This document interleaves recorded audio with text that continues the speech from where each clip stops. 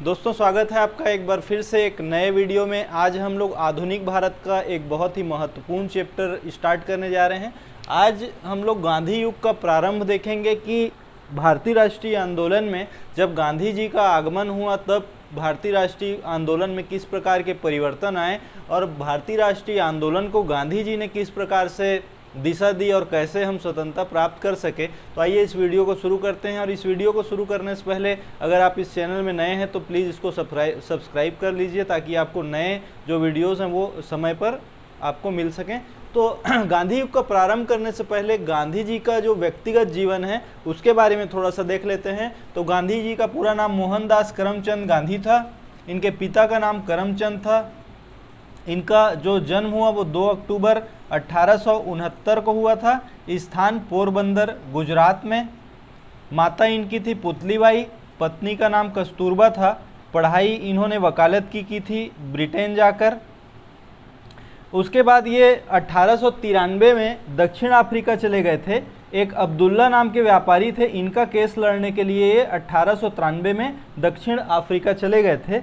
1903 में इन्होंने दक्षिण अफ्रीका में ही इंडियन ओपिनियन अखबार प्रारंभ किया।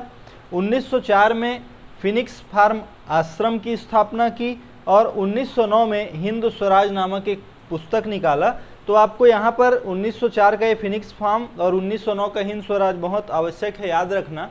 अब हम देखते हैं कि 9 जनवरी 1915 को ये भारत वापस आए थे। आपको ये बताना है इस वीडियो में कमेंट करके कि 9 जनवरी को हमारे भारत में कौन सा दिवस मनाया जाता है। तो 9 जनवरी 1915 को ये भारत वापस आए थे। अब देखते हैं एक महत्वपूर्ण आंदोलन, चंपारण्य आंदोलन। चंपारण्य आंदोलन 1917 में प्रारंभ हुआ था। इसमें 3 कठिया पद्धति अंग्रेजों के द्वारा लागू की गई थी। 3 कठिया पद्धति में था क्या कि जो भी एक किसान के पास खेती की ज़मीन होगी उसके 3/20 भाग में उसको क्या करना पड़ेगा, नील की खेती करनी पड़ेगी। नील की खेती करनी पड़ेगी। जो चंपारण के किसान थे, चंपारण बिहार में पड़ता है, तो चंपारण के जो किसान थे वो नील की खेती नहीं करना चाहते थे। उसका कारण ये था कि नील की जो खेती होती थी उसकी जो जड़ें इतनी ज़्यादा गहरी होती थी कि वो बाद में जो वो लैंड होता था, ज़मीन होती थी, उसको अनुपजाऊ बना दिया करती थी। तो इसलिए जो वहाँ के किसान थे वो नील की खेती नहीं करना चाहते थे। अब नील की खेती अंग्रेजों ने तो ज़बरदस्ती भारतीय किसानों से करवाई। उसी समय क्या हुआ कि जर्मनी वालों ने एक डाई निकाल दिया जो कपड़े में काफ़ी आसानी से डाई हो जाता था और नील की आवश्यकता नहीं पड़ती थी। तो पहले तो इस 3/20 भाग में खेती करने के लिए अंग्रेजों ने किसानों को पेमेंट अंग्रेजों के द्वारा किया जाता था। लेकिन जब ये जर्मनी की डाई आई तब अंग्रेजों को नुकसान होने लगा और ये बिना किसी पैसे के, मतलब मुफ्त में कहा जाए, 3/20 भाग में नील की खेती के लिए मजबूर करने लगे। तो इसका किसानों ने क्या किया, विरोध किया।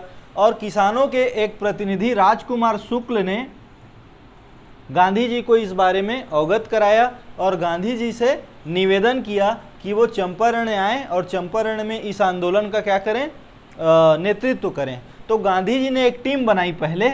इस टीम में राजेंद्र प्रसाद जो भारत के पहले राष्ट्रपति बने बाद में, अनुग्रह नारायण सिन्हा और बाबू राजकिशोर प्रसाद को क्या किया, इन्होंने चंपारण भेजा। इन लोगों ने बापू को एक रिपोर्ट प्रस्तुत किया और बताया कि वास्तव में वहाँ के किसानों को क्या हो रही है, तकलीफ हो रही है और उनका शोषण हो रहा है। तब बापू ने क्या किया कि 10 अप्रैल 1917 को महात्मा गांधी चंपारण्य पहुँचे। 10 अप्रैल 1917 को चंपारण्य पहुँचे, वहाँ के गाँवों का दौरा किया, वहाँ के किसानों की स्थिति को देखा और वहाँ पर आंदोलन प्रारंभ किया। 18 अप्रैल 1917 को उनको गिरफ्तार कर लिया गया। जब इनको गिरफ्तार किया गया तो 2000 लोग इनके साथ गिरफ्तारी देने आए और मोतीहारी कोर्ट जो है खचाखच भरा हुआ था। मोतीहारी कोर्ट में इनको हिरासत में भेज दिया गया, लेकिन इनको ज़्यादा दिन तक हिरासत में नहीं रखा जा सका और इनको बेल देनी पड़ी। अब इससे परेशान होकर ब्रिटिश गवर्नमेंट ने क्या किया, एक इंडिगो कमीशन बनाया, एक आयोग बनाया, इंडिगो कमीशन, जो इस चीज़ को ये तय करना था कि वास्तव में किसानों को क्या समस्या है और उसको कैसे दूर किया जा सकता है। ये जो कमीशन बनाया उसमें गांधी जी को भी मेंबर बनाया, गांधी जी को भी क्या बनाया, मेंबर बनाया। इस इंडिगो कमीशन ने अपनी रिपोर्ट प्रस्तुत की और उस रिपोर्ट के आधार पर 4 मार्च 1918 को एक एक्ट बना और इस एक्ट ने तीन कठिया पद्धति को हमेशा के लिए क्या कर दिया, खत्म कर दिया।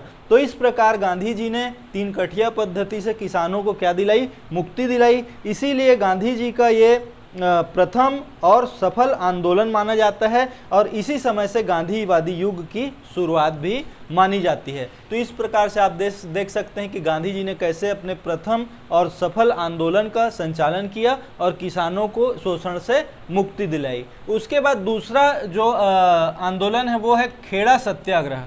अब खेड़ा सत्याग्रह में क्या था ये मैं आपको बता देता हूं। तो जैसे चंपारण कहाँ था, कहाँ है अभी वर्तमान में, बिहार में। ये खेड़ा है गुजरात में,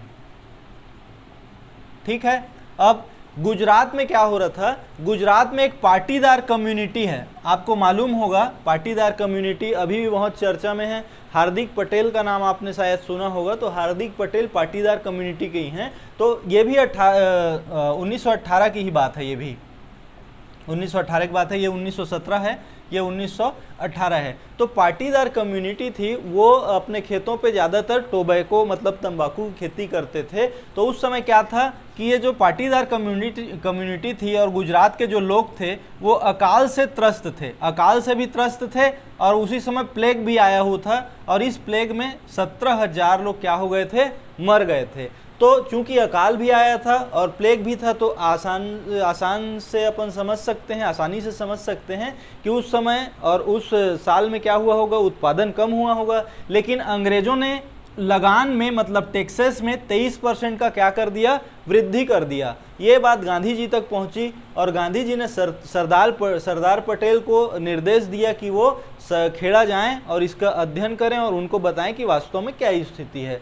तो गांधी जी ने सरदार पटेल को भेजा और सरदार पटेल ने जो रिपोर्ट दिया उसके आधार पर गांधी जी ने जनता को ये निर्देश दिया कि उनको अब टैक्स नहीं पटाना है। टैक्स क्या करना है, नहीं पटाना है, मतलब उनका शोषण हो रहा था। तो उन्होंने बोला कि आपको टैक्स देने की आवश्यकता आगे नहीं है। तो जो ब्रिटिशर्स थे उन्होंने क्या किया कि जो ग्रामीण थे, जो खेड़ा के किसान थे, उनकी जमीन और जानवर को क्या कर दिया, छीन लिया, बंदी बना लिया, ठीक है। लेकिन गांधी जी ने अपना सत्याग्रह जारी रखा और गांधी जी टस से मस नहीं हुए। अंततः अंग्रेजों को मजबूर होकर ये फैसला लेना पड़ा कि ये जो टैक्स है वो केवल जो अमीर लोग हैं वो पटाएंगे और गरीब किसानों को टैक्स देने की आवश्यकता नहीं है। उनका 2 साल का टैक्स क्या किया जाता है, माफ किया जाता है। और ये जो बढ़ा हुआ टैक्स है, मतलब ये जो 23% जो बढ़ा के जो टैक्स ले रहे थे, उस बढ़े हुए टैक्स को भी वापस ले लिया गया था। तो ये भी जो सत्याग्रह था वो पूरी तरह से सफल सत्याग्रह था जो गांधी जी के नेतृत्व में चलाया गया था। उसके बाद हम देखेंगे अहमदाबाद मिल मजदूर आंदोलन, ये भी 1818 का ही है, ये भी 1818 का ही है और अहमदाबाद भी कहाँ है, गुजरात में ही है, ठीक है। तो यहाँ पर क्या था, टेक्सटाइल्स मिल्स थे।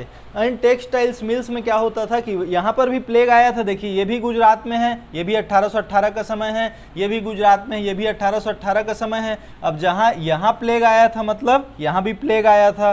तो यहाँ पर जो मिल मालिक थे वो भी अधिकतर अंग्रेज ही थे या अंग्रेजों के ही लोग थे। तो ये लोग क्या करते थे कि अपना प्रोडक्शन बनाए रखने के लिए, कि उस दौर में भी कि लोग प्लेग से भले ही परेशान थे लेकिन उस समय भी प्रोडक्शन बना रहे, इस नाम से वो क्या करते थे कि सैलरी का लगभग 80% क्या देते थे, बोनस देते थे। मान लीजिए अगर 1000 रुपये सैलरी है तो 800 रुपये और वो लोग और क्या करते थे, बोनस दिया करते थे। लेकिन अचानक से उन्होंने बोनस देना बंद कर दिया। इसके विरोध में जो वहाँ के मजदूर थे उन्होंने आंदोलन किया। तब वो टेक्सटाइल मिल के मालिकों ने क्या किया कि 20% बोनस देना स्वीकार किया, लेकिन मजदूर अड़े रहे कम से कम 50% बोनस देने के लिए। और फाइनली ये लोग नहीं माने, कौन लोग, टेक्सटाइल मिल्स वाले। तो मजदूर लोग गए किसके पास, गांधी जी के पास। उसके बाद गांधी जी पहुंचे अहमदाबाद और वहां पर मिल मजदूर और मिल मालिकों का जो विवाद था उसका अध्ययन किया। ये भी देखा कि उस समय के जो मिल मालिक हैं उनकी क्या दशा है, मिल के मजदूर हैं उनकी क्या दशा है, और अहमदाबाद से दूसरी जगहों पर जहां पर टेक्सटाइल मिल्स संचालित थे वो अपने वर्कर्स को क्या पेमेंट दे रहे हैं और क्या बोनस दे रहे हैं।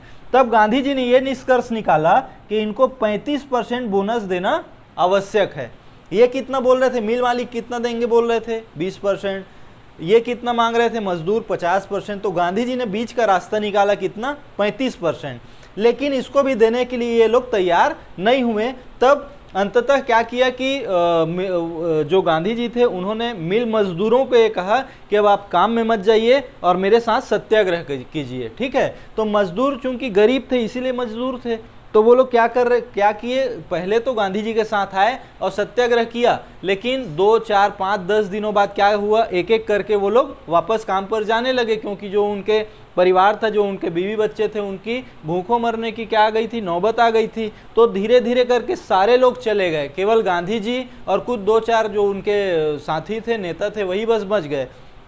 लेकिन गांधी जी ने हार नहीं मानी और इन्होंने उन श्रमिकों के खिलाफ ही भूख हड़ताल प्रारंभ कर दी कि जब तक अब आप मेरे साथ नहीं आएंगे तब तक मैं भूख हड़ताल वापस नहीं लूंगा। गांधी जी की स्थिति दिन ब दिन दयनीय होती जा रही थी, तो मजबूरन सारे मजदूर क्या किए, इनके पास वापस आए और इनकी एकता को देखकर ये टेक्सटाइल्स मिल्स के मालिकों को क्या करना पड़ा, 35% का जो बोनस की राशि वो देनी पड़ी। तो अहमदाबाद मिल मजदूर आंदोलन भी पूरी तरह से सफल रहा। तो दोस्तों ये 3 इंसिडेंट्स से ये गांधीवादी युग का हम इसमें प्रारंभ कर रहे हैं। इसके बाद जो भी अलग से अलग जो दूसरी जो बड़ी घटनाएं हैं उसके लिए एक नया अलग से वीडियो आएगा। तो ये वीडियो आपको कैसा लगा आप कमेंट में बताएंगे। इस वीडियो में आप हमारे साथ बने रहे, इसके लिए आपका बहुत बहुत धन्यवाद।